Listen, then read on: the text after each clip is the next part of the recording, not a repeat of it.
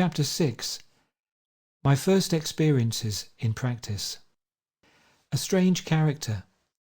His honeymoon. His Bristol practice. Telegram from Plymouth. 6 amusing weeks. A deep plot. My South Sea venture. Furnishing on the cheap. The plot explodes.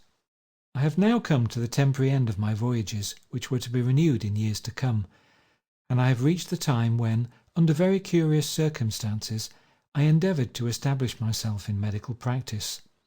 In a book written some years afterwards called The Stark Munro Letters, I drew in very close detail the events of the next few years, and there the curious reader will find them more clearly and fully set out than would be to scale in these pages.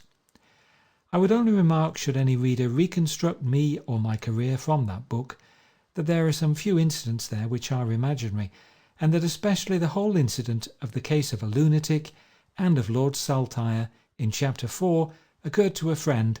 Otherwise the whole history of my association with the man whom I called Cullingworth, his extraordinary character, our parting, and the way in which I was left to what seemed certain ruin, were all as depicted. I will here simply give the essentials of the story, and retain the fictitious name. In my last year of study at Edinburgh I formed a friendship with this remarkable student. He came of a famous medical family, his father having been a great authority upon zymotic disease. He came also of a famous athletic stock and was a great rugby forward himself, though rather handicapped by the berserk fury with which he would play. He was up to international form, and his younger brother was reckoned by good judges to be about the best forward who ever donned the rose-embroidered jersey of England. Cullingworth was as strong mentally as physically. In person he was about 5 foot 9 inches in height, perfectly built, with a bulldog jaw, bloodshot deep-set eyes, overhanging brows, and yellowish hair as stiff as wire, which spurted up above his brows. He was a man born for trouble and adventure, unconventional in his designs and formidable in his powers of execution. A man of action with a big but incalculable brain guiding the action. He died in early middle age, and I understand that an autopsy reveals some cerebral abnormality, so that there was no doubt a pathological element in his strange explosive character. For some reason he took a fancy to me, and appeared to attach an undue importance to my advice. When I met him first he had just indulged in one of his wild escapades, which ended usually in a fight or in a transitory appearance in a police court, but on this occasion was more serious and permanent. He had run off with a charming young lady and married her, she being a ward in Chancery and under age. However, the deed was done, and all the lawyers in the world could not undo it, though they might punish the culprit. He told me how he and the lady had gone over a Bradshaw with the intention that when they came on a station, of which neither of them had ever heard, they would make for that place and spend their honeymoon there. They came therefore upon some awful name, Clodpole in the Marsh, or something of the kind, and there they sojourned in the village inn. Cullingworth stained his yellow hair black, but the stain took in some places and not in others, so that he looked as if he had escaped from Barnum's show. What Clodpole in the Marsh could have thought of such an extraordinary couple I cannot imagine, and it is probably the one occasion on which it ever buzzed. I cannot think of any surer way of getting publicity than that which Cullingworth took to avoid detection. In London they would have been perfectly unobserved. I remember that for years Cullingworth's hair presented curious, iridescent tints, which were the remains of his disguise. He brought his bride safely to Edinburgh, where they hired a flat and lived in it without furnishing it, save for the absolutely needful. I have dined with them there on an apple dumpling, seated on a pile of thick volumes, as there was no chair. We introduced them to a few friends, did what we could for the lonely lady, and finally they drifted off, and for a time we heard no more. Just before I started for Africa, I got a long telegram from Cullingworth imploring me to go to Bristol, as he needed my advice.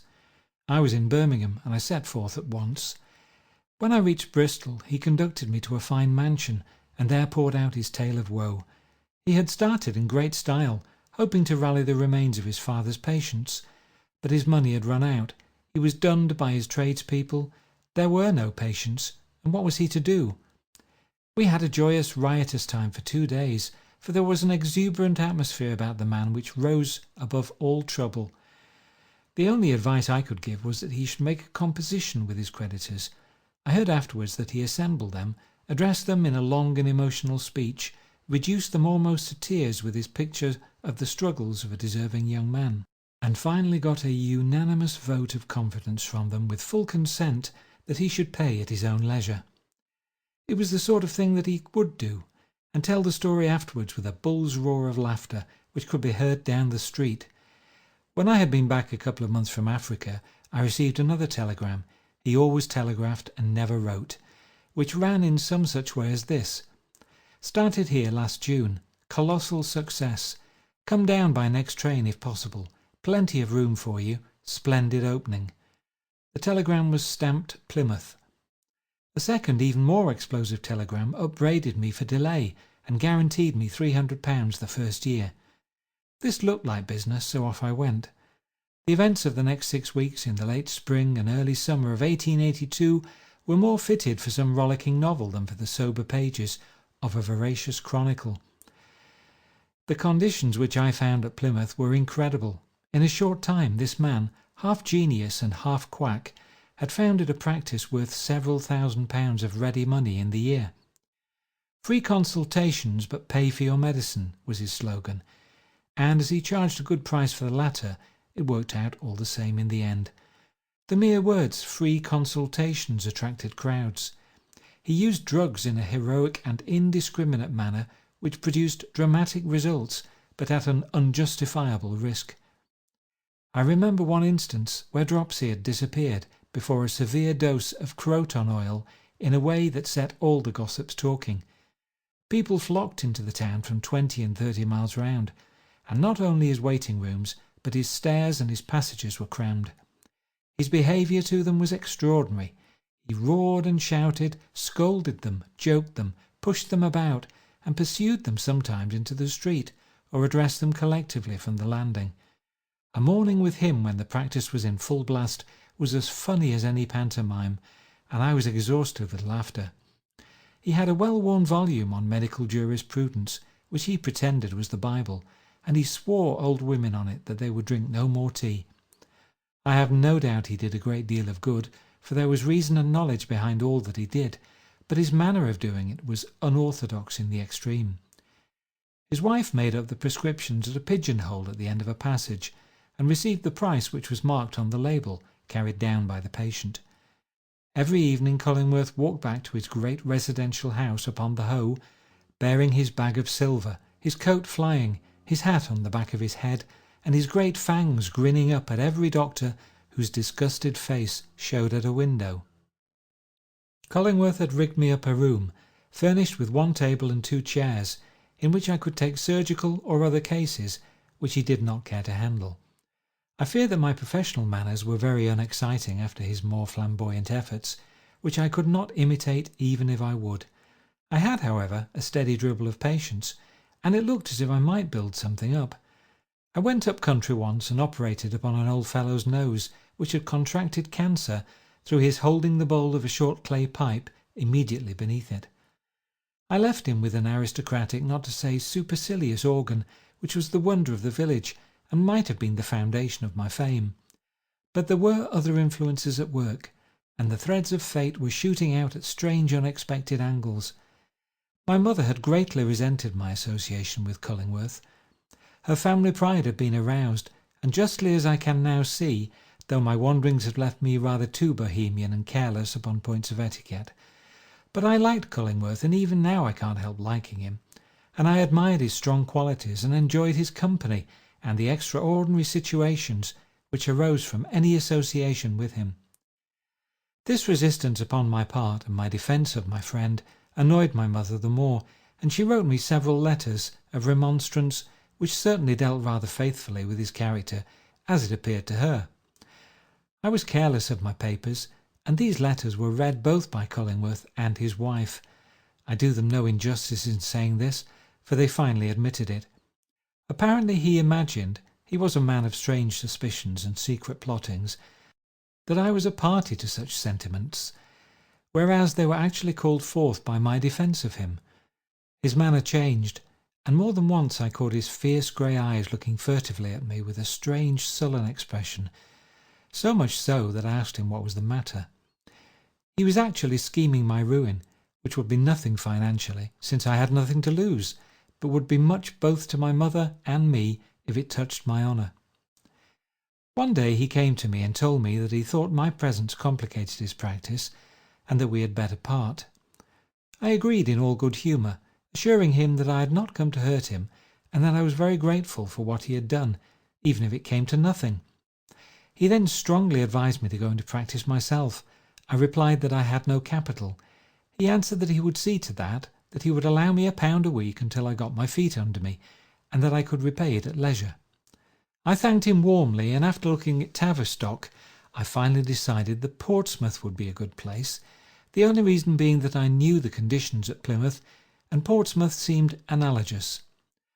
I boarded an Irish steamer, therefore, and about July of 1882 I started off by sea, with one small trunk containing all my earthly possessions, to start practice in a town in which I knew no single soul. My cash balance was under £10, and I knew not only that I had to meet all present expenses upon this, but that I had to furnish a house upon it. On the other hand, the weekly pound should easily cover all personal needs, and I had the devil-may-care optimism of youth as to the future.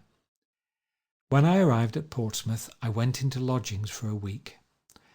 On the very first night, with that curious faculty for running into dramatic situations which has always been with me, I became involved in a street fight with a rough who was beating, or rather kicking, a woman.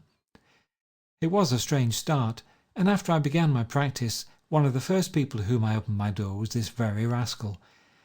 I don't suppose he recognised me, but I could have sworn to him.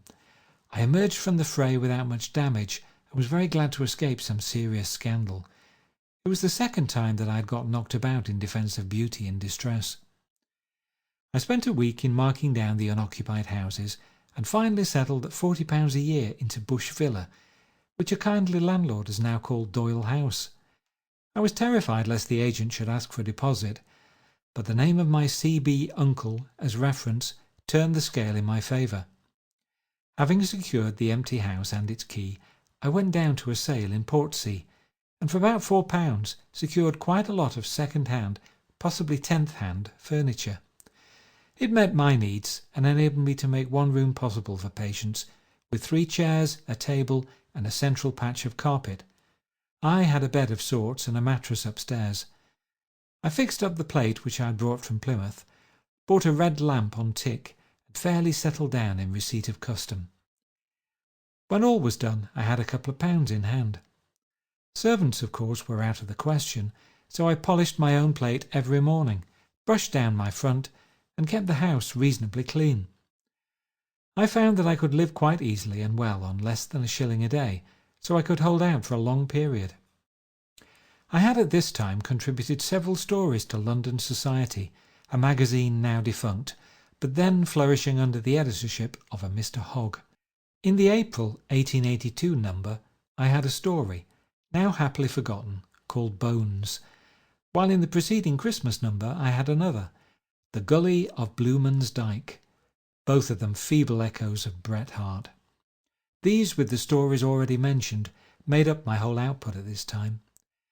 I explained to Mr. Hogg how I was situated, and wrote for him a new tale for his Christmas number entitled My Friend the Murderer.